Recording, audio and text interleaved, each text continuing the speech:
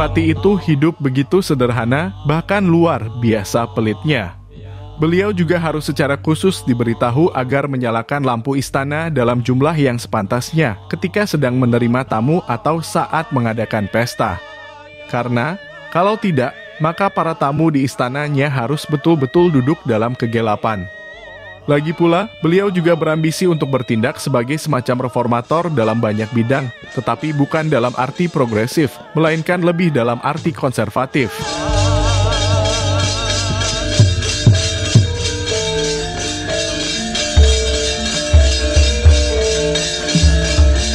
Begitulah kalimat-kalimat sindiran yang diungkapkan oleh dua orang residen Belanda di Surakarta terhadap sosok Adipati Mangkunegoro VI, seorang pemimpin Kadipaten Mangkunegaran Surakarta yang naik tahta pada tahun 1896. Setelah sempat mengalami masa kejayaan ekonomi hingga memiliki kekayaan yang luar biasa pada masa Adipati Mangkunegoro IV.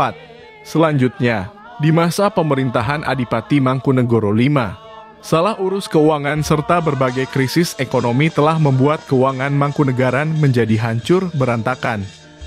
Dan setelah Mangkunegoro V meninggal mendadak di awal Oktober 1896, saudaranya, Bandoro Raden Mas Suyitno, adalah seseorang yang harus menanggung beban berupa kemerosotan ekonomi tersebut. Dan begitu beliau memegang tampuk pemerintahan, sederet kebijakan kontroversialnya dalam memperbaiki keuangan dan perekonomian Projo Mangkunegaran seolah seperti pedang bermata dua.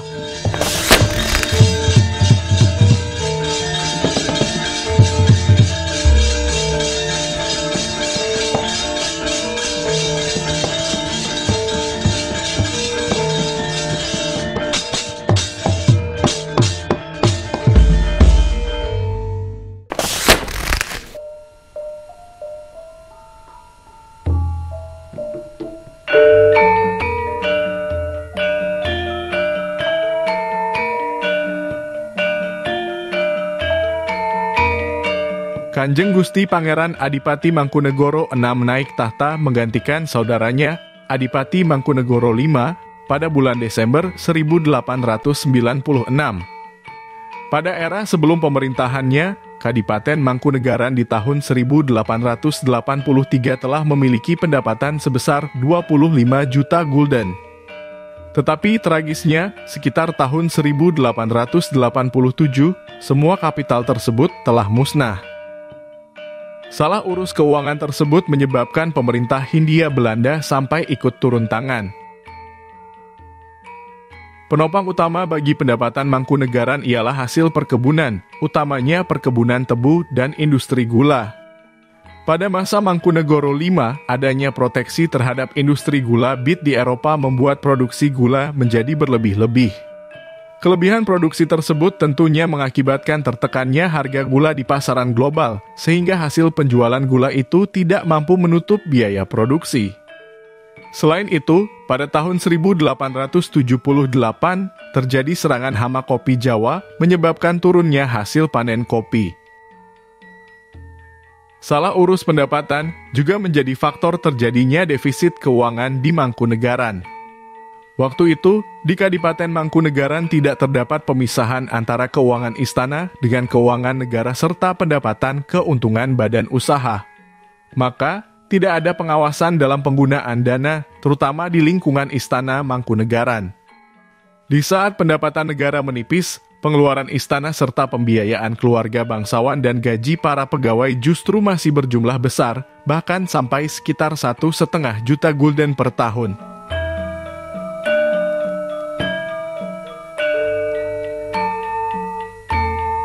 Mewarisi bencana keuangan negara yang sudah berlangsung sejak zaman pendahulunya, Mangkunegoro VI seketika dengan sigap memposisikan diri sebagai seorang reformis. Ketika awal bertahta, beliau mendapati kadipatennya masih memiliki hutang sejumlah lebih dari 0,5 juta gulden. Maka, tugas utama Mangkunegoro VI adalah menyehatkan kembali keuangan negara, serta merombak birokrasi yang dinilai telah ketinggalan zaman. Dan dalam melaksanakan tugasnya, Mangkunegoro VI patut dipuji karena telah sukses mengusir bencana keuangan tersebut. Walaupun beliau harus menggunakan beberapa cara yang oleh sebagian orang dianggap aneh dan tidak wajar. Salah satunya adalah sifat hemat Adipati Mangkunegoro VI yang dinilai teramat berlebihan. Definisi hemat memang bukan suatu ciri bagi bangsawan pribumi Nusantara ketika itu.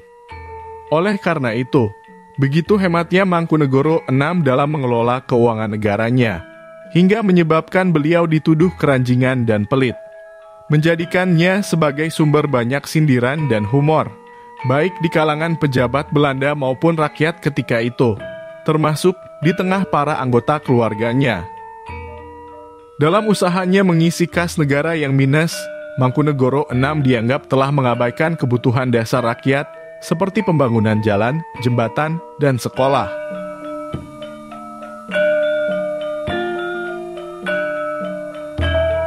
Sekalipun beliau adalah seorang pemimpin yang progresif dan mumpuni, beberapa kali tingkah laku Adipati Mangkunegoro VI juga menjadi bahan sindiran orang banyak.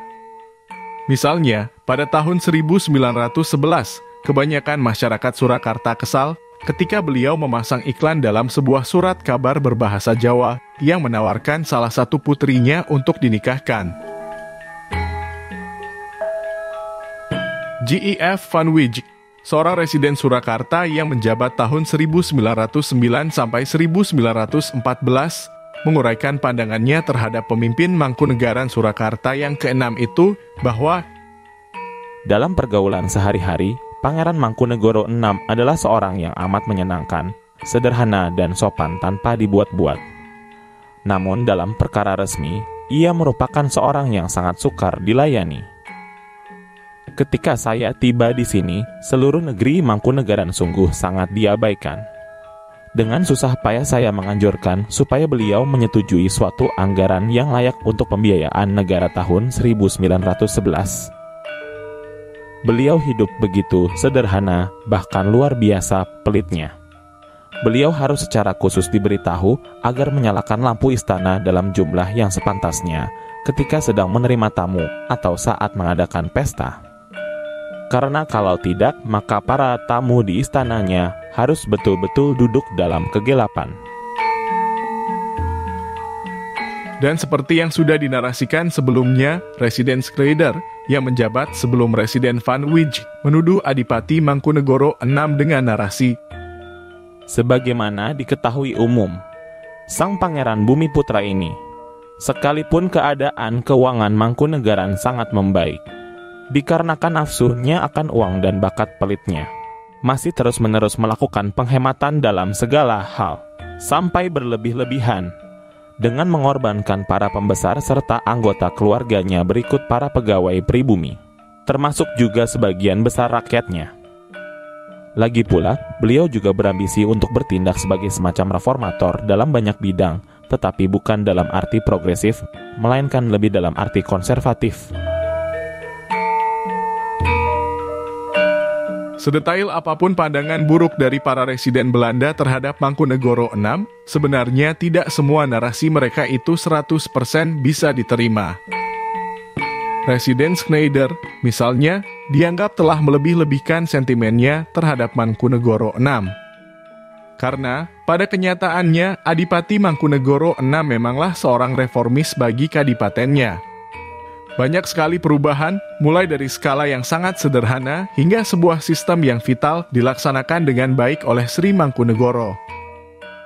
Salah satu contoh, jika pada masa sebelumnya semua pegawai yang menghadapnya di Puro Mangkunegaran harus duduk di tanah atau di lantai, Mangkunegoro VI menghentikan kebiasaan itu dengan membolehkan mereka untuk duduk di bangku dan kursi atau memberi pelayanan sembari berdiri.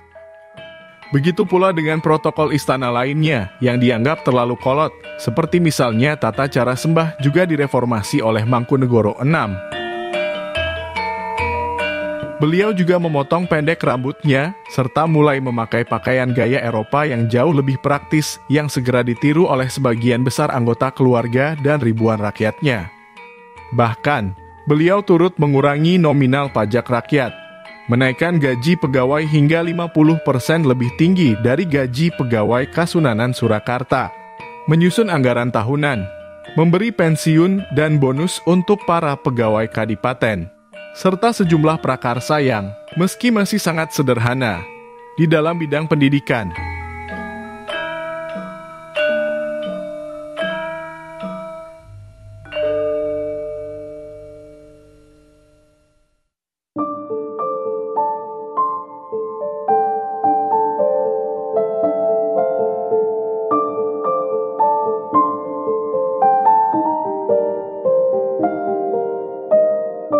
Meski begitu, kegemaran Mangkunegoro VI untuk berhemat tidak hanya membuatnya dibenci oleh sebagian anggota keluarganya sendiri, bahkan sampai menimbulkan perpecahan terbuka. Konflik keluarga itu bermula ketika 6 orang putra mendiang Mangkunegoro V, yang karena merasa kesal terhadap kontrol ketat Mangkunegoro VI atas kas kadipaten serta tidak setuju dengan rencana penunjukan putra Mangkunegoro VI sebagai calon penerus tahta, mengirim petisi kepada pemerintah Hindia Belanda di bulan Januari 1908. Permintaan 6 pangeran itu tergolong ekstrim, yakni meminta agar pemerintah kolonial mencabut gelar kebangsawanan putra-putri Mangkunegoro VI, yaitu Kanjeng Pangeran Aryo Suyono Handayaningrat dan Bandoro Raden Ayu Suwasti Hatmosurono, serta mengeluarkan keduanya dari keanggotaan keluarga Mangkunegaran. Mereka menuduh bahwa putra-putri Mangkunegoro VI itu tidak lahir dari istri selirnya. Dan setelah gubernemen melakukan penyelidikan, mereka secara serampangan malah turut mengiyakan tuduhan tersebut, seraya mengirim surat rahasia kepada Sri Mangkunegoro yang berisi bahwa Raden Mas Suyono tidak berhak menjadi penerus tahta. Tuduhan yang datang dari keluarga istana itu membuat Mangkunegoro VI merasa sangat sakit hati dan membuatnya menjadi lebih penyendiri. Ketika desas-desus tersebut mulai menyebar keluar, kewibawaan beliau pun semakin tergerus, menjadikannya semakin berniat untuk turun tahta.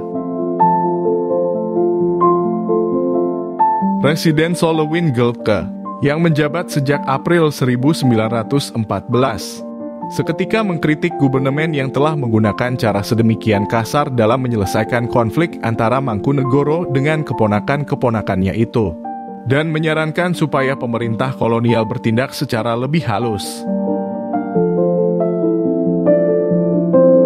Akhirnya, dalam sebuah pertemuan antara Adipati Mangkunegoro VI dengan Residen Solowin pada tanggal 27 Agustus 1914, sang adipati sudah memutuskan tekadnya untuk turun tahta.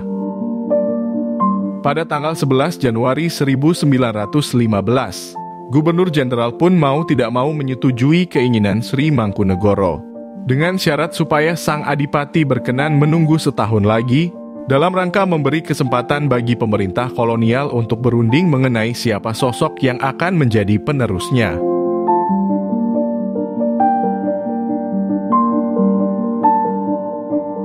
Pada pertengahan Januari tahun 1916, resmilah Adipati Mangkunegoro VI turun tahta dan mengundurkan diri sebagai pemimpin Kadipaten Mangkunegaran. Beliau beserta keluarganya kemudian bermukim di Surabaya, Jawa Timur.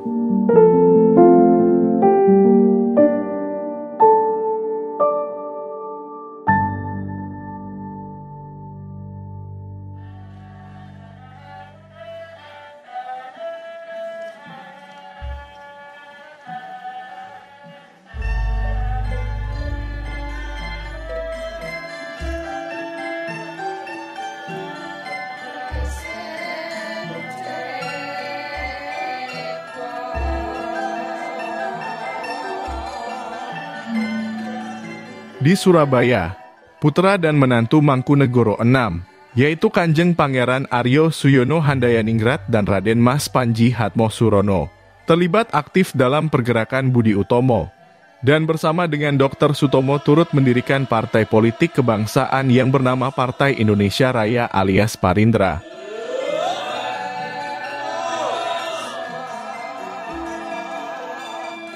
Bertahta menggantikan saudaranya di tengah kadipatennya sedang mengalami krisis keuangan luar biasa, dan begitu telah berhasil mengadakan serangkaian reformasi hingga keuangan Mangkunegaran kembali stabil. Adipati Mangkunegoro VI justru harus berhadapan dengan saudara-saudaranya sendiri, yang semakin memusuhinya karena segala kebijakannya yang dinilai terlampau radikal. Beliau kemudian wafat di Surabaya pada tahun 1928 dalam usia 70 tahun lebih, dan dimakamkan di Astono Utoronayu, sebuah kompleks pemakaman asri nan cantik di bagian utara kota Surakarta, terpisah dengan para leluhur dan kerabatnya di Astono Mangadeg dan Astono Girilayu yang berada di Kabupaten Karanganyar. Kedudukannya sebagai Adipati Mangkunegaran kemudian dilanjutkan oleh Bandoro Raden Mas Suryo Suparto, salah satu putra Mangkunegoro V, seorang politisi Budi Utomo dan mantan anggota Dewan Perwakilan Rakyat Hindia Belanda alias Volksraad, yang kemudian terus melanjutkan kebijakan reformis dari Mangkunegoro VI dan tampil sebagai pemimpin pembaharu yang mumpuni.